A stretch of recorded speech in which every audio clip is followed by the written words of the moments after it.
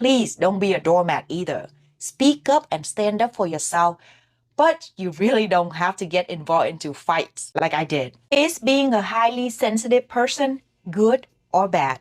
Why is that when we think about a highly sensitive person, we carry such negative images? I mean, just try to Google it. What do you usually see? A person crying in the corner? Some skin condition, rash and itchiness?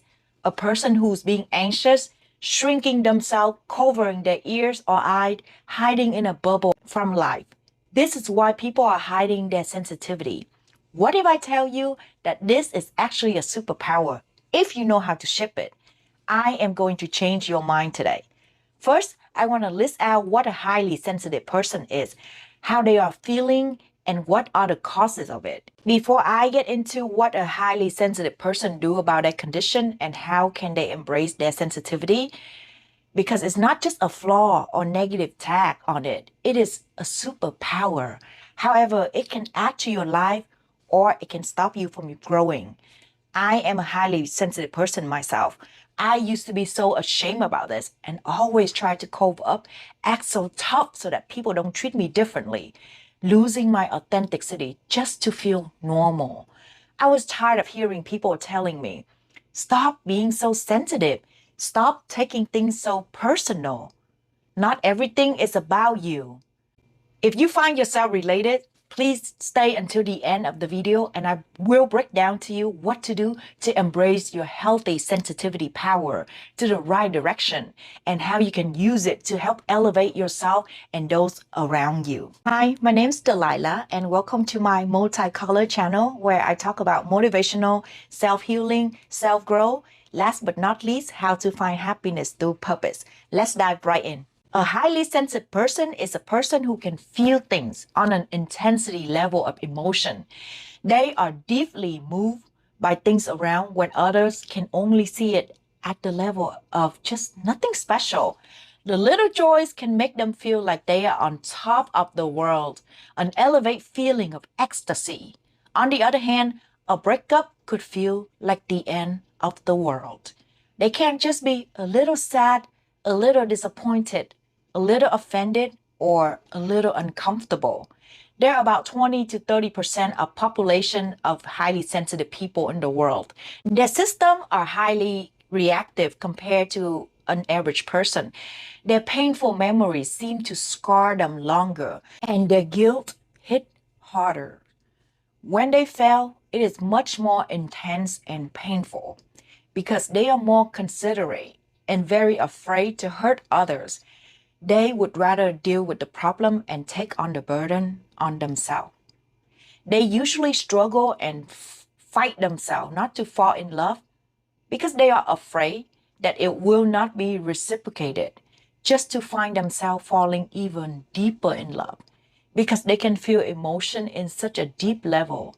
If they were being bullied during their childhood, it becomes deep cuts that affect their adulthood, especially if they haven't worked on themselves through their healing. They think they are weird and sometimes wish that they can just be normal like anyone else. They feel that they are born under a curse for feeling too much, too deep, and too strong. They can't let go of negativity, horror scenes, violence images, or video that they come across. They doubt themselves and think that they are crazy for feeling this way. Highly sensitive people are usually more introvert since staying out too long with too many people and energy can exhaust them. They can't stop scanning, observing, and soaking in the environment around to analyze and understand it, just to find themselves being so drained at the end. They are easily having anxiety orders, PTSD, because they can't help but overthink and think deeper than others. This is why some incidents can be so small, just little things to others, but have highly effect to sensitive individuals. Not all highly sensitive people are the same. I was quite the different type of sensitive. I was addicted to watching scary movie, even though my body was telling me to stop, just to find myself being so dramatized after, until I know what it can do to my mind. I now limit down those unhealthy triggers, or only consumed it once in a blue moon. During my childhood, when someone bullied me, I would remember it for years. Talk about resentment here. I would feel so triggered and held that resentment in until I finally snapped and got chances to get back at them. I got into multiple fights during my junior high and high school. I'm not proud of it, but it gave me a sense of power that I was able to protect myself. I was missing both parents during my childhood. Growing up being a mistress child, my mom was my dad's side chick. He barely comes around. My mom just didn't want to deal with people in the town talking about it with the pain, so she barely come home too.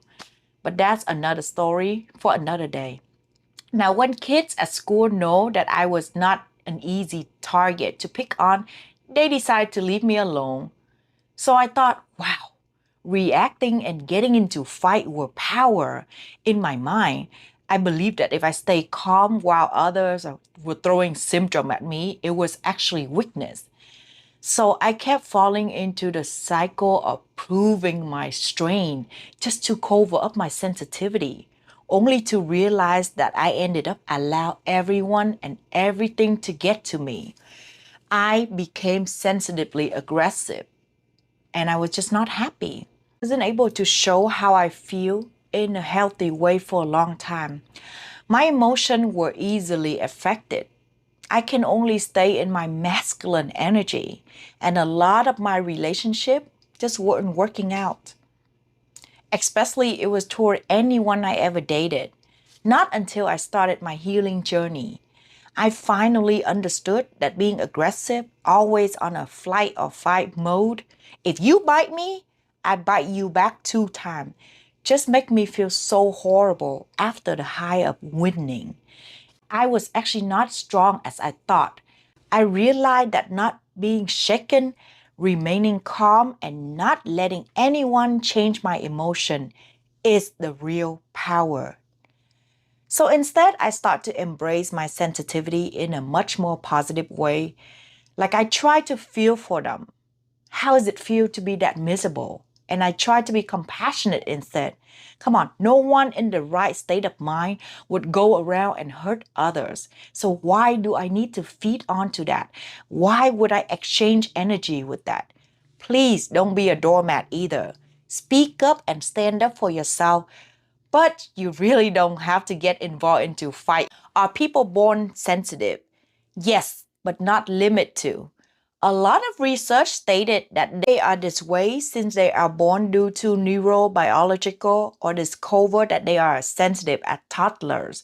So there is also research about individuals with this source of highly sensitivity personality type that could be from an early condition or environment contribution and influences as they grow older. For example, if they grow up with a very quiet environment. And then at the age of 5 to 10, they move to other places with a lot more noises and witnessing active activities happening around them that are constantly stimulating their neural pathways. It could trigger and contribute to make them become sensitive because of certain exposure signal are forming in their brain. Same with pets. I have 2 cats.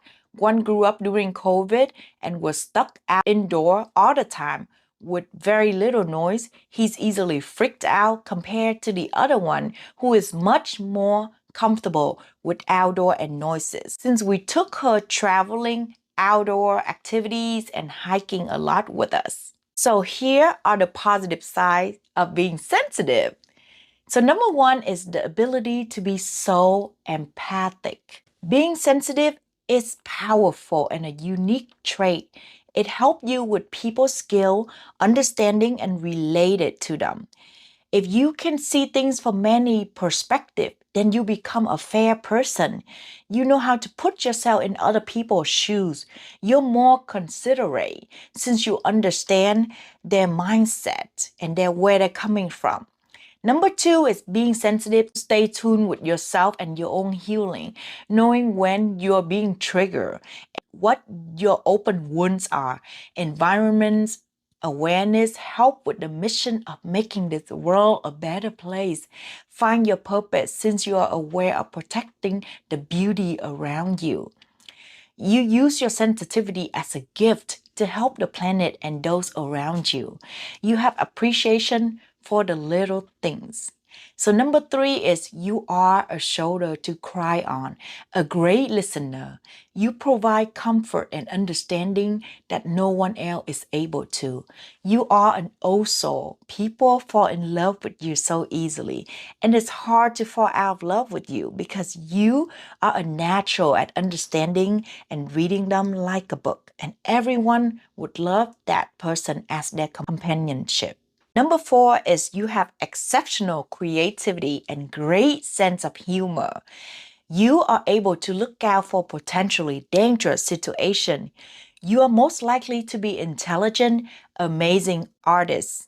However, a highly sensitive person who are not aware of the emotion, allowing themselves to react, might catch themselves in these situations that might not serve them on their highest good. So number 1 is being so sensitive to any criticism. Doesn't matter constructive or not, taking things so personally, especially in business. This might just stop you from your growth and keep you stuck. When you make mistake and fall, you just can't get up fast enough because it hurts so much and you judge yourself so hard, you're so embarrassed. This is the opposite of what is needed to be a successful business person and a lot of other career paths, which is resilience. Number 2 is you get so easily offended and jumpy over a subject that people are talking about. When people are making fun of you or even problems that are not even yours, you let it get to you so much. Sometimes you even lose your sleep or start a war behind keyboards and can't get out from a negative loop. You feel so bad for people and can't say no to anyone. Ended up draining yourself until you devastated and hate yourself for being so sensitive. So how can you deal with those negative sensitivity behaviors? First, let's acknowledge them. Embrace the fact that you are a highly sensitive person, even though it hurts at times. Don't let anyone tell you to toughen up.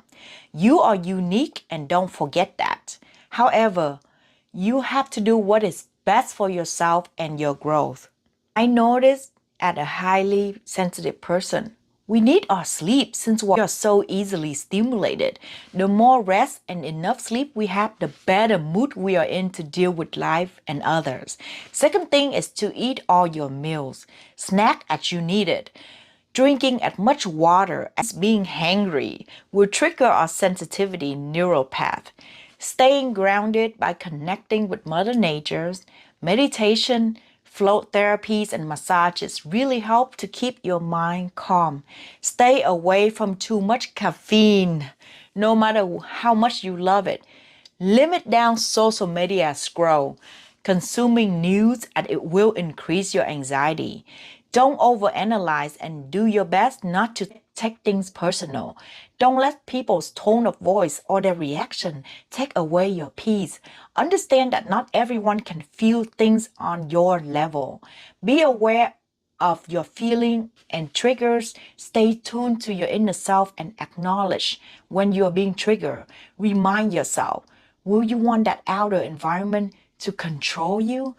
Always check in with your inner child. Don't neglect it. Work on your inner healing. Don't force yourself to stay in an overwhelming situation. Understanding that avoiding conflicts or confrontation will only lead to other problems. Not allowing your authenticity to shine through. Relationships get messed up because we don't learn how to work through conflicts peacefully. It is a skill that needs to be learned, and we need to start being friends with conflict instead of avoiding them. Remember that you resemble water, gentle but strong. Learn to say no and put yourself first so you don't give someone else a leftover version of you. Have a safe place or corner at home where you can go to hang out with calm people. Don't get me wrong, I have all type of people I love in my life, but sometimes I prefer to talk to calm and sensitive people who can actually understand me without me trying to pull my heart out, and they just don't get it. Increase creativities that will bring you peace, like drawing, gardening, reading, creating, journaling, or self-love time. These are especially super needed for highly sensitive people. By now, I hope you can see that being sensitive is such a superpower, isn't it? Please don't ever try to hide this. Please continue to embrace it and make this world a better place. Your sensitive heart needs love. So love yourself and be proud that you will no longer look at this as a curse. This is a blessing. You are so powerful, sensitive, and strong. That's all I have for today. If you find any value whatsoever, and if you like what I share, please hit that like or subscribe button. It will mean so much to me. Thank you so much for watching, and please leave a comment under. I would love to know, what did you get out from this and what else do you have to share with us? As you sharing your message, we all can help each other heal together on this journey. Remember, life is a matrix and the key is within you. Until the next time, sending so much love.